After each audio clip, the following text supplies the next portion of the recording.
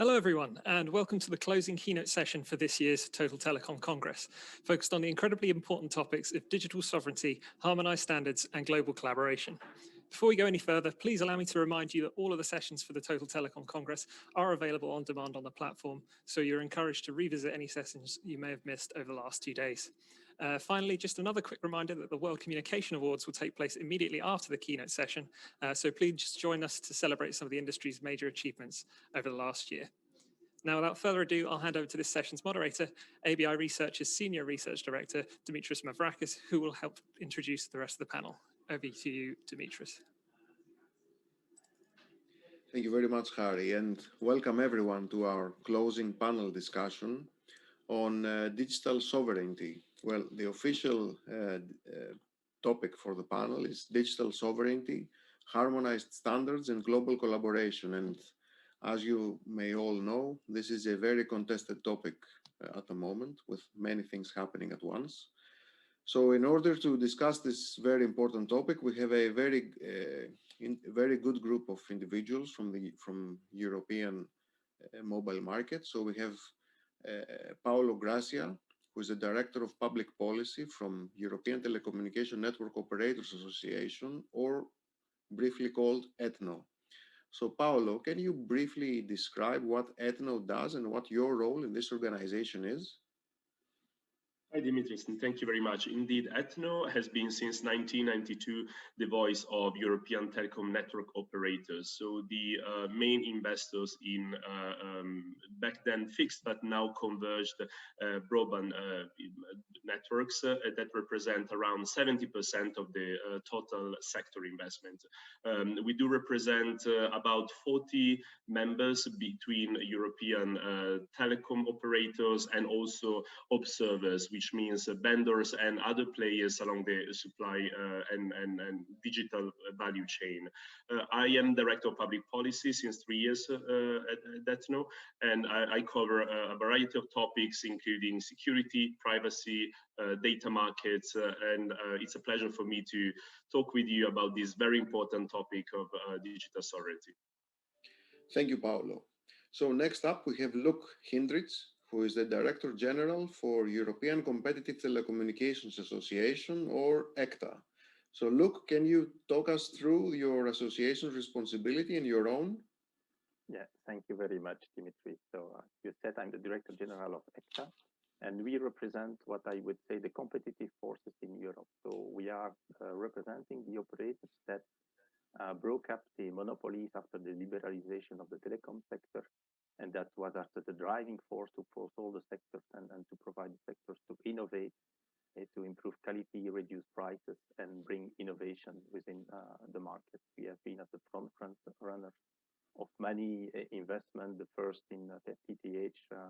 Also, the investment level compared to revenues of our members are quite high, significantly higher than others. And I would say we continue to represent the competitive forces because, as we say, never take competition for granted. Thank you very much, Luc. And last but not least, we have Tonko Bullion, who is the Vice Chair of Body of European Regulators for Electronic Communications, also known as BEREC. So, Tonko, can you please explain the role of BEREC and your responsibility in this organization? Yes, thank you, Dimitris. Well, you said what is BEREC, so I will not repeat. Everybody knows.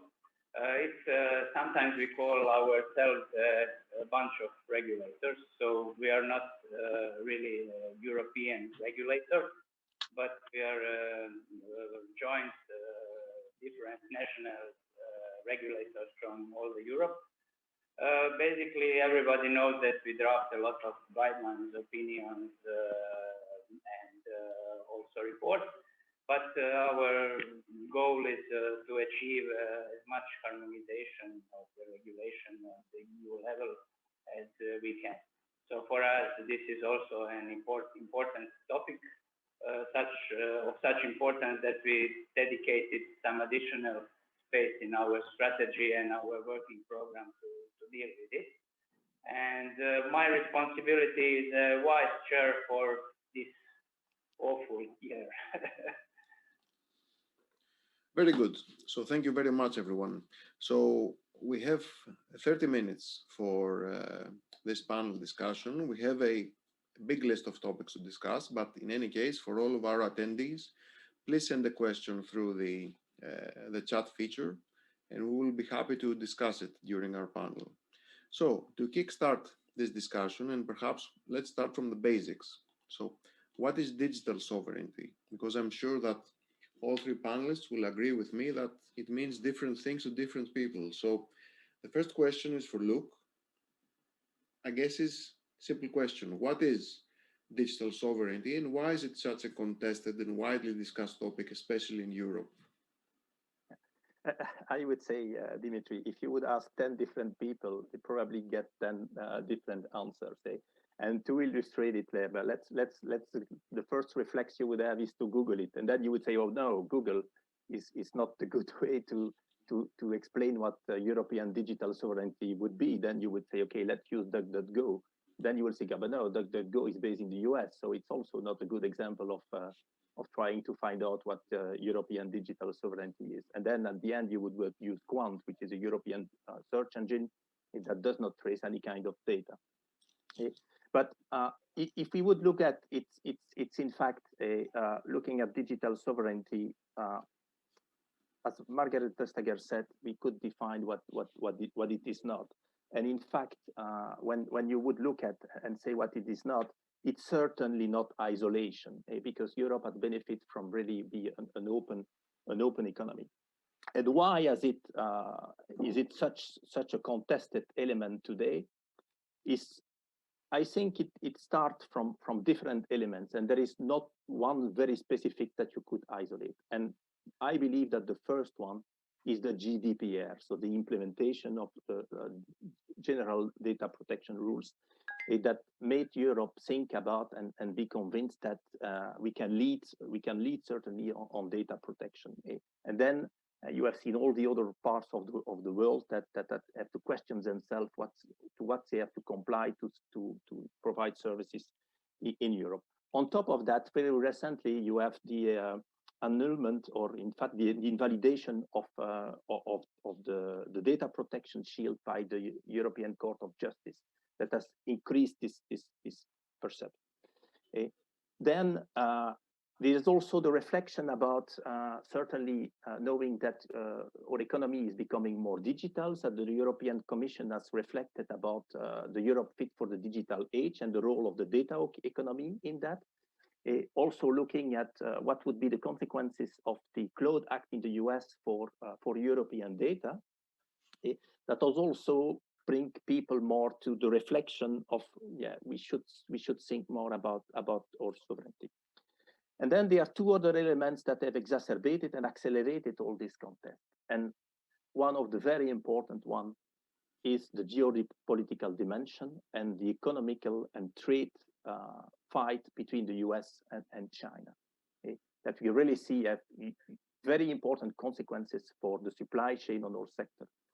And the last element that is now, that we all know, and has been seen as a real wake-up call for Europe, is the COVID pandemic. And the COVID pandemic, with the catastrophe of the way that European government, and many of the European government have looked at it at the very beginning, with the shortage in the supply chain, have made Europeans understand that we are now in a global economy and what it means to be in a global supply chain.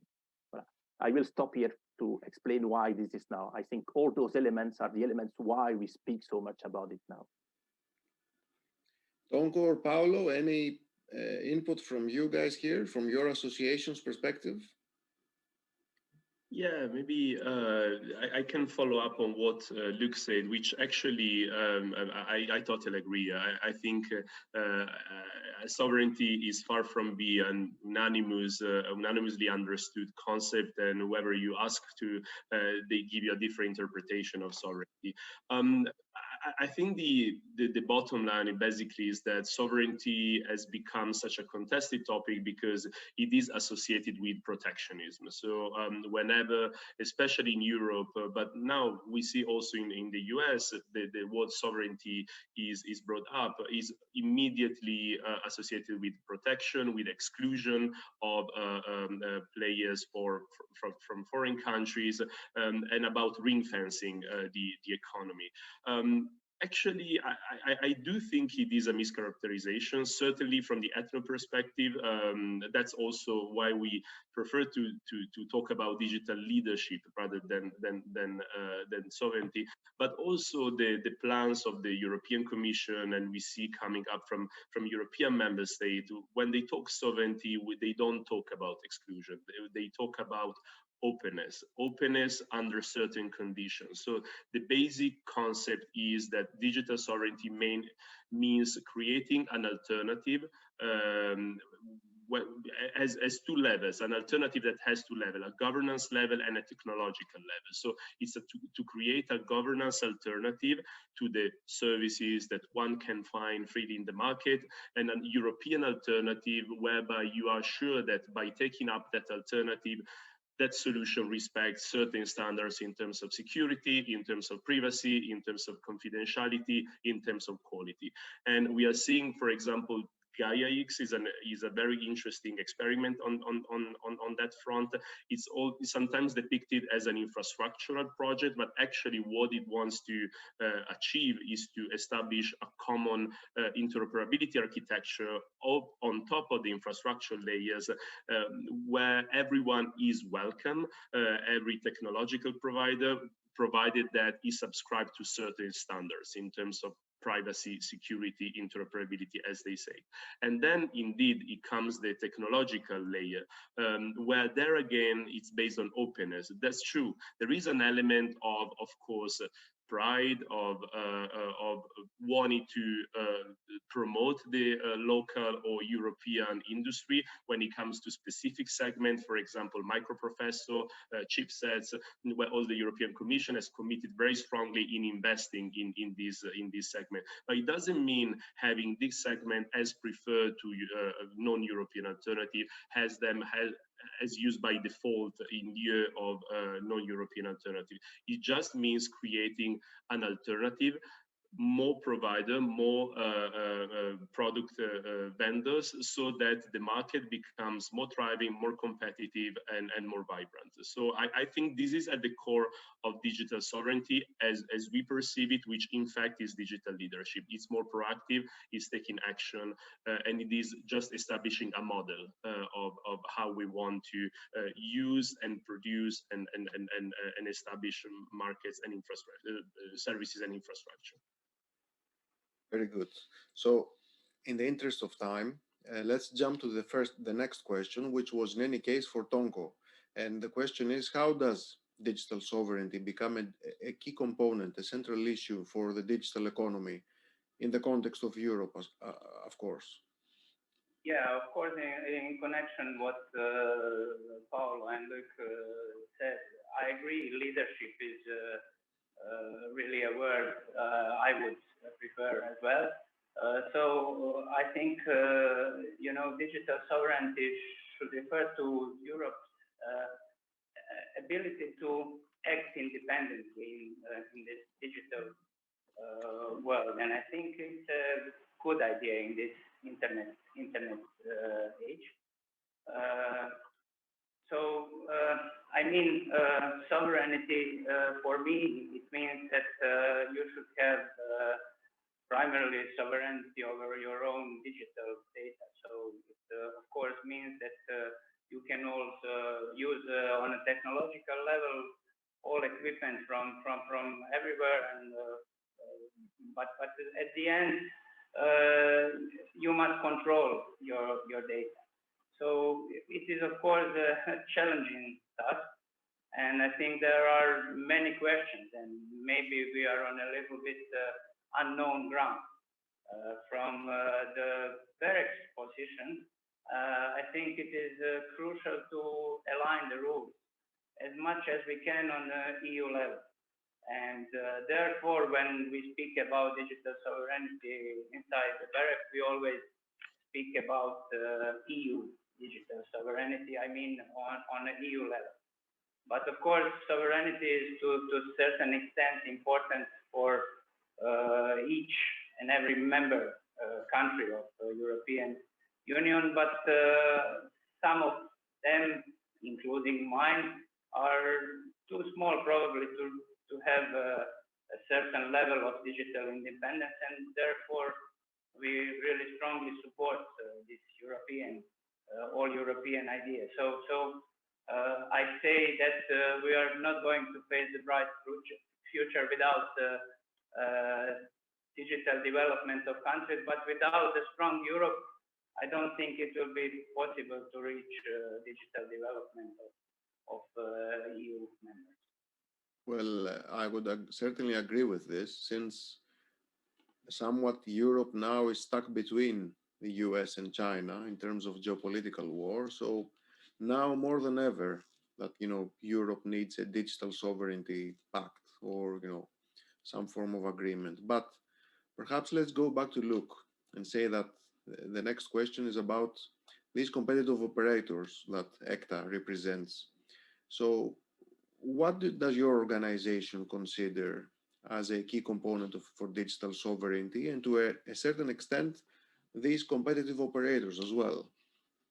Yeah, I would say, as Token has already mentioned somehow, and we said at the beginning, is that sovereignty is about the ability to decide on your own. Okay, so that's the first element, and it's about choice, it's about trust, and it's about protection of intellectual property. Okay? And say, from our perspective, they are, let's put it at two dimensions. The first one is at the network level, because our members have contributed to the deployment of networks, connecting data centers, building data centers, and so on the European territory, and so on. Okay, so the first element, if we consider that sovereignty is about the ability to decide on your own, is to have choice and a competitive supply chain for the provider. And if we take the example of 5G, for example, if my choices are reduced for geopolitical reasons, I cannot say that I'm sovereign, because I do not make the choice of my own. I force to choices for reasons that are not fact-based. So that's one. Then let's move to the services side. And because many of our members are very strong and deploying and try to represent and to fight to the US-based dominant players in the data economy. So we need to make sure that there is a level playing field. Okay? And Europe has to make sure that components such as the operating systems, the app stores, the browsers, and so on, are acting 100% neutrally and are not abusing their position nor dictating their rules of the play. Okay? And I already mentioned a couple of examples at the very beginning. There are others that are related to data, but also directly on the core historical activities of mobile operators, for example. Let's think about the eSIM, for example. If tomorrow Google would offer eSIM services, where in the EPG or where will I as operator be mentioned? Will I be the number 30 in the list? Or how can I make sure that I position that customer choose for me? Okay? When it comes to rich communication services, okay, how can I have a fair chance to compete? And another element on that, and on which that I think is very important for our members, and our members are the forefront of this fight, is to have a European single sign-on, and the revision of the Digital Service Act of the Digital Service Act is a very good opportunity to implement that. Because you certainly have noticed that if you go to a website, if the kids and so on, what do you have as possibility to log in? They offer you to log in with Facebook, they offer you to log in via Microsoft, or they offer you to log in via Google and so on. Okay. And why should we, as a European that wants to be digitally sovereign, provide all the US dominant players or login data? that's I will close here to give the others the possibility to also intervene on that. So perhaps as a follow-up, Paolo, is the role of the operator here to enable digital sovereignty in Europe? Yes, definitely. I think we are now in an era where we have to stop looking at telecommunication networks specifically as standalone networks. Now, standalone telecom networks, especially in the transition towards 5G, will be enabler of broader infrastructure. If we go back to what we were saying about the vision that EU has about building up a sovereign layer over an infrastructure that is based on edge computing, cloud computing, and super fast connectivity, it becomes clear that network operators have a huge role in establishing the building blocks of this broader infrastructure that needs to be interconnected with cloud data centers and with edge computing capabilities. Data processing will move more and more towards the edge. So there again, closer to the user, closer to the network operator. So there is an opportunity definitely with 5G networks and fiber and the fixed to wireless networks to play a crucial role in building the edging capabilities and facilitating the use cases that are brought to the edge. Where, of course, this is a big challenge. So definitely we do need a commitment on the supply side of the operators, but also on the demand side from public authorities specifically. So something that would be very important to make this as reality is to have a clear commitment of public demand where, okay, we do commit to establishing sovereign infrastructure, but there needs to be also clear demand from public authorities for these infrastructure alternatives. Right, very good. So perhaps the next question is to Tonko, and whether regulators should be involved in this discussion to set national sovereignty standards, or perhaps associations like BEREC, pan-European associations, should get involved. I think both. From the BEREC point of view, we as a body consisting of national regulators promote as much cooperation on EU level as possible. So as much harmonization also as possible. As I mentioned before, we are very much involved in the connectivity, but we are also carefully looking into all these other related topics. And obviously we are going to provide our opinions to the policy makers, which we do currently as well. On the national level, it's maybe a little bit depending on the powers of specific NRAs, which may be different in different member states. For example, we are always consulted in Croatia, but I know that in many other member states, the regulators sometimes stay aside of discussions like this. But what I really wanted to say is that a major task of every regulator is to promote competition. So I'm sure we are very much in favor of relying on market forces as much as it is possible. So in other words, perhaps to let market decide about these topics, especially topics like supply chain and vendor choice and so on. Yes. Right?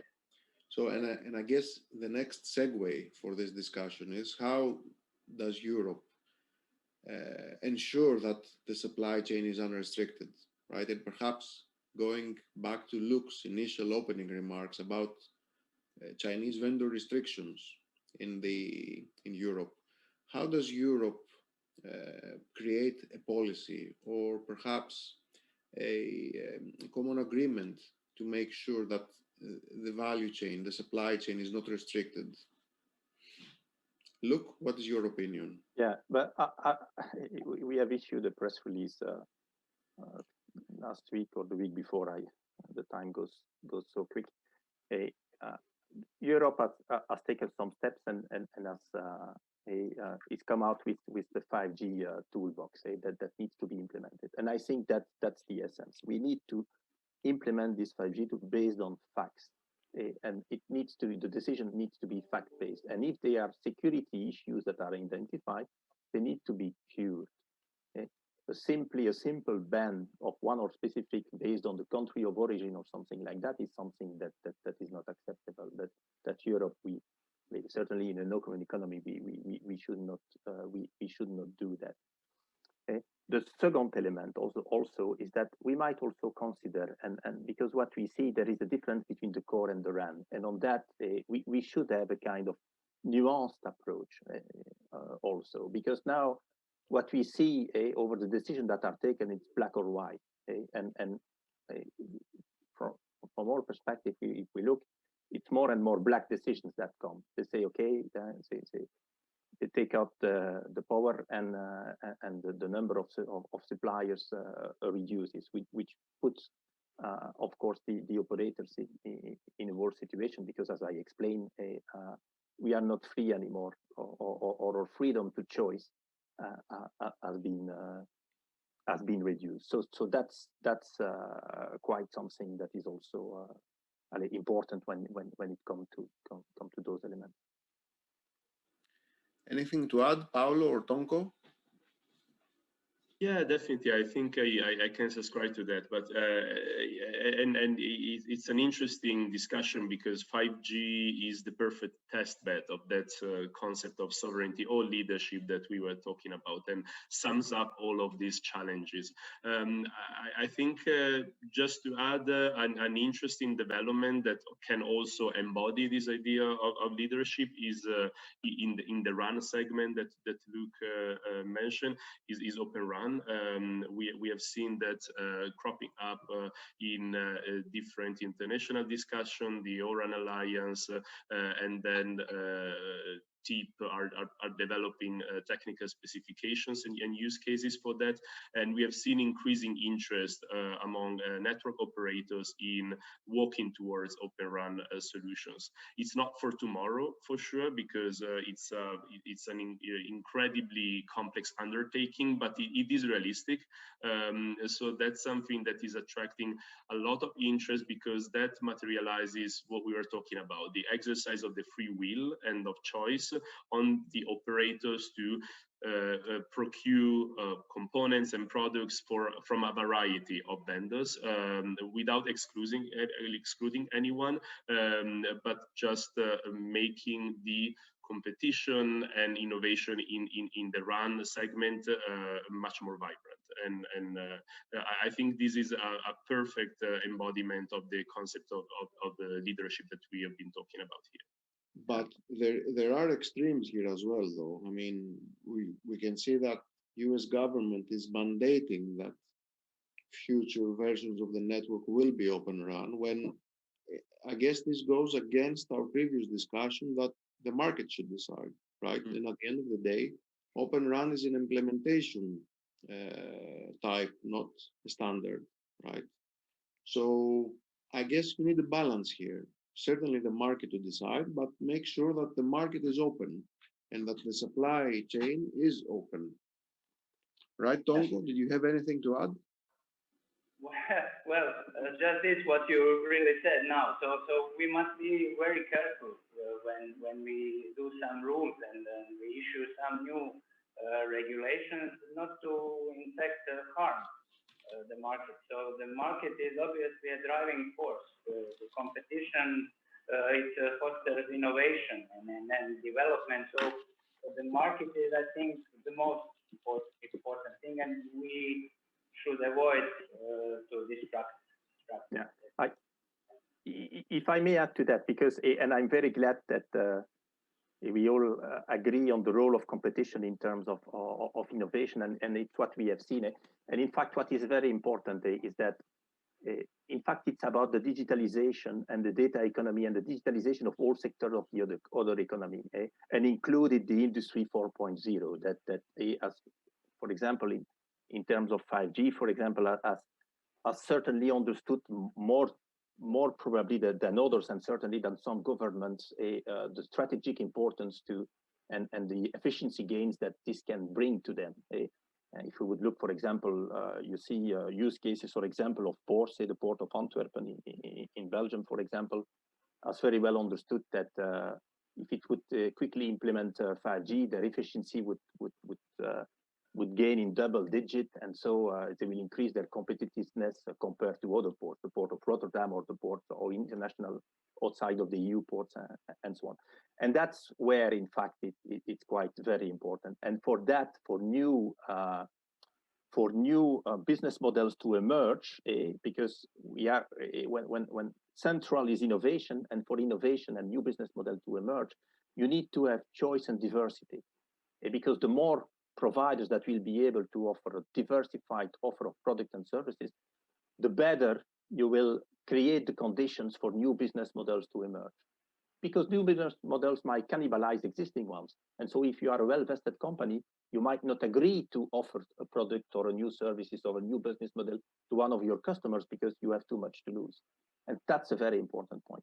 And on that, regulations still play a role because, as Tonke said, the regulators are there also certainly to promote competition, and some rules are needed when there is not a playing field. And that we want it or not, certainly at the infrastructure layer, the barrier to entries are very high, and it's an infrastructure that is very difficult to duplicate. So there, regulation play still a very important role. I see. Very good. Thank you, Luke. Now we have 4 minutes left, so perhaps let's close with, I guess, a very interesting question: whether we think there is a risk of diverging standards if the current political situation does not pass quickly. And I guess we've seen similar situations in the past, and I guess we're seeing very similar situation at the moment with Open RAN, when the Western world is, in a way, targeting Open RAN for 5G, but the Eastern world, and especially China, is going the traditional way. So do you think that there is a risk of these diverging standards, or perhaps the supply chain getting balkanized and this global value chain being disrupted? Yeah, I would say the best way, one of a very good way to enter into protectionism is to create individual standards. We come from that. And a good example where you had a PBX in the time with the phone set, all the protocols were proprietary. So if you wanted to change vendor, you not only needed to change the PBX, you had to change all the phone sets. So nobody did it because it was too expensive. And I do not think that Europe, with its open economy, has anything to win with diverging standards. On the contrary. And one of the good things that we also need to understand is that changes and the economies are changes, and they are areas of the world that have developed a lot and that are very huge markets. So they can do a lot, test a lot of things, and we could benefit from that. If you would look, for example, and again, I come to 5G, and if you look all the other sectors and all the other sectors of the economy that would benefit from 5G, even if this technology is not invented or created in Europe, it would be important for all companies to have the possibility to access those technology for them and their sectors to remain competitive. And so let's not make the mistake that we would not allow all the other sectors of our European economy from benefit from the economies of scales or whatever it is from other areas of the world. And that's I think on that. So to conclude on that, I think I do not think that Europe has anything to win with diverging standards. Will it happen? Yeah, maybe. I agree. No one has anything to win, and I'm afraid that we need to start wrapping up. And as a closing thought on this discussion is that these geopolitical restrictions may lead to vendors lowering their revenue targets, and a part of that revenue is assigned to R&D, and R&D For example, for Huawei is 3GPP involvement. So if Huawei lowers its 3GPP involvement, the whole market will suffer, right? And it's not, I mean, Huawei is just the example here. It could be Ericsson or Nokia or Samsung or ZTE, anyone. So restricting this, I think, has a cascading effect. And this is what we don't know yet, to what extent that will happen. But at this point in time, I would like to thank all of our panelists, very interesting panel and very interesting discussion. And thanks to all of our attendees for staying here with us. And I believe this is the closing session for the conference. Thank you very much, everyone, and hope to see you next year. And back to our moderator, Harry. Thank you very much, and take good care of yourself all. Thank you. Thank you very much, guys. Great session. Everyone. Speak to you all soon.